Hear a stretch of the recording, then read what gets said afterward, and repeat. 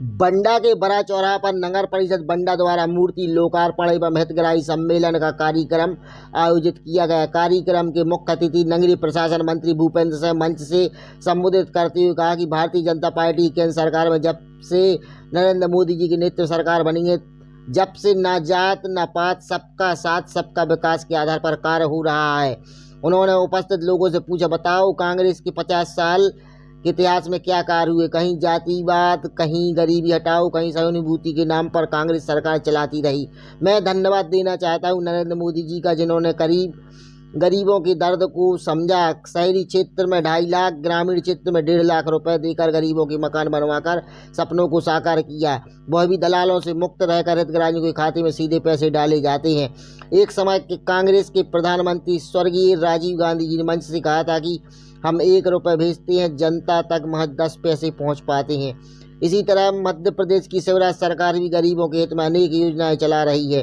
किसी भी क्षेत्र के विकास के लिए सबसे पहले पर्याप्त मात्रा पानी की आवश्यकता होती है। सिंचाई के लिए बंडा के उल्दन परियोजना से 47,000 हेक्टेयर सिंचाई बंडा क्षेत्र की होगी। बिजली पर्याप्त मात्रा में मिल रही है। हर घर स्वच्छ पानी पहुंचाने का संकल्प है। इसी अवसर पर नगर परिषद अध्यक्ष व्यवराज सिंह कुकरेले की मांग पर बंडा नगर को नगर पालिका का दर्जा दिलाने एवं नगर के विकास के लिए 25 करोड़ रुपए की घोषणा की गई। वहीं दूसरी ओर हितग्राहियों को अनेक योजनाओं से लाभान्वित किया गया।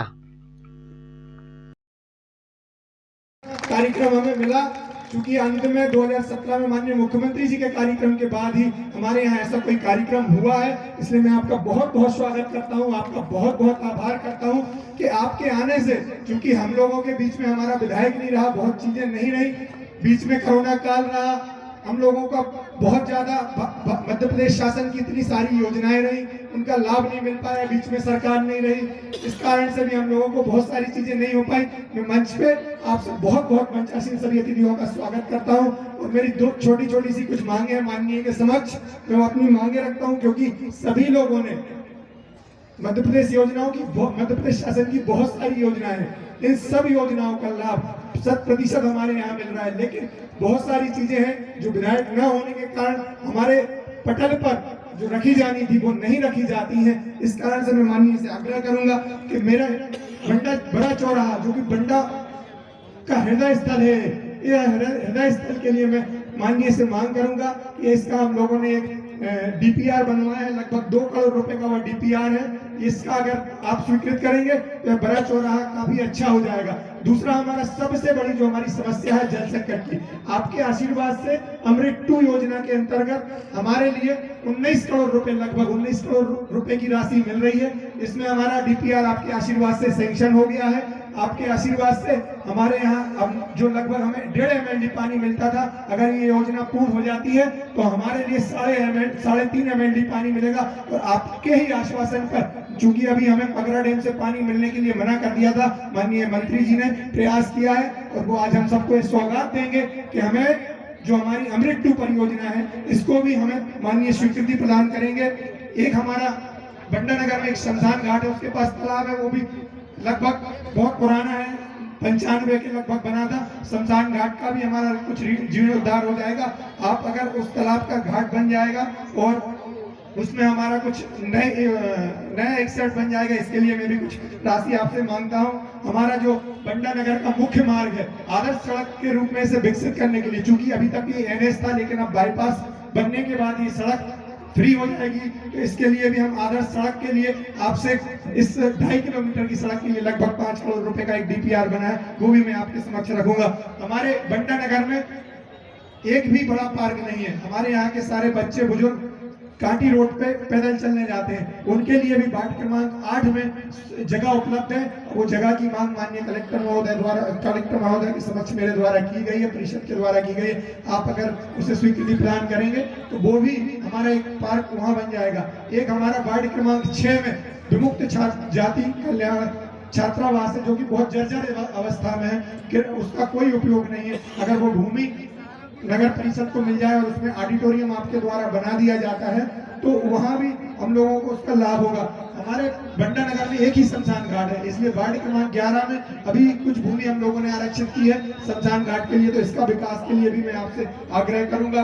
बंडा नगर में अधोसंरचनात्मक विकास कार्यों के लिए कुछ राशि, स्ट्रीट लाइट के लिए कुछ राशि, स्वच्छता मिशन के अंतर्गत जो कुछ हमारे यहाँ इक्विपमेंट जेसीबी है, कचरा गाड़ियां हैं, इनके लिए भी आपसे कुछ राशि की मांग कर रहा हूँ। जैसा कि हमारे सब्जी मंडी के वाले मित्र पधारे हैं, मेरे द्वारा माननीय से आग्रह है कि हमारे यहाँ बंडा नगर में एक बहुत बड़ी मंडी की भूमि है, मंडी की भूमि में ही सब्जी पृथक से एक सब्जी मंडी का लगभग 1 एकड़ भूमि मिल जाए, उसमें शेड बन जाए, जो कि भाई लोग हमारे सब्जी विक्रेता संघ के खड़े हैं। मैं 1 करोड़ रुपए की मांग इसके लिए भी करता हूं कि अगर ये हमारे लिए राशि मिल जाती है, क्योंकि बड़ा चौराहे पे फुटकर जो हमारे फल विक्रेता है या सब्जी विक्रेता है, इसके कारण भी बहुत सारा जाम लगता है, ये लोग अपने ठेलों पे लगाते हैं। इसलिए मेरा आग्रह है कि अगर पृथक से सब्जी मंडी के अंदर ही, अगर वो चूंकि मंडी की संस्था ही है, अगर आप बोल देंगे तो सब पृथक से एक सब्जी मंडी का निर्माण भी उसके अंदर हो जाएगा। हमारे यहाँ एक और समस्या वार्ड क्रमांक 10 की है। वार्ड क्रमांक 10 चूंकि वो मंडी से संबंधित ही है,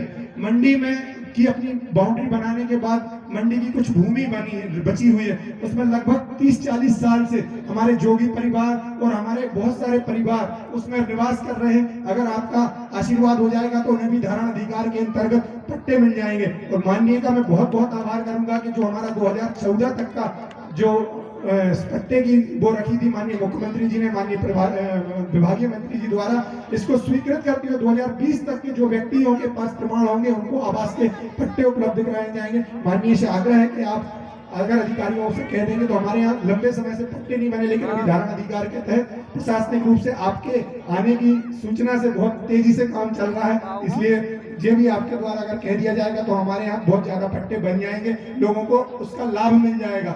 और आपके आशीर्वाद से, चूंकि लंबे समय तक हमारे यहाँ 2017 के बाद से कोई आवास सैंक्शन नहीं हुए थे प्रधानमंत्री आवास के तहत, लेकिन आपके आशीर्वाद से आपने जब निर्देशित किया तो 996 लोगों के आवास का डीपीआर आपके द्वारा स्वीकृत करके अगली एसएलटी की बैठक में पहुंच जाएगा। लगभग हमारे 976 आवास तो सैंक्शन हो गए हैं माननीय की कृपा से। आप सभी करतल ध्वनि से, तालियों से माननीय का स्वागत करें कि 1000 आवास हम सबको उपलब्ध करा रहे हैं। और मैं एक मांग और करूंगा कि लगभग 1000 आवास और, चूंकि हमारे यहाँ बंडा बहुत बड़ी बस्ती है, इस हिसाब से यहाँ जो कि हमारा देवरी और रहली से बड़े हैं हम जनसंख्या में, लेकिन हम नगर परिषद हैं। अगर आपका आशीर्वाद हो जाए तो हम वापस नगर पालिका की श्रेणी में भी पहुंच जाएंगे, ऐसा मेरा आपसे आग्रह रहेगा। मैं बहुत बहुत आप सबका धन्यवाद करता हूं। चूंकि माननीय का समय हम सबको मिला, मैं बहुत हो जाएगा।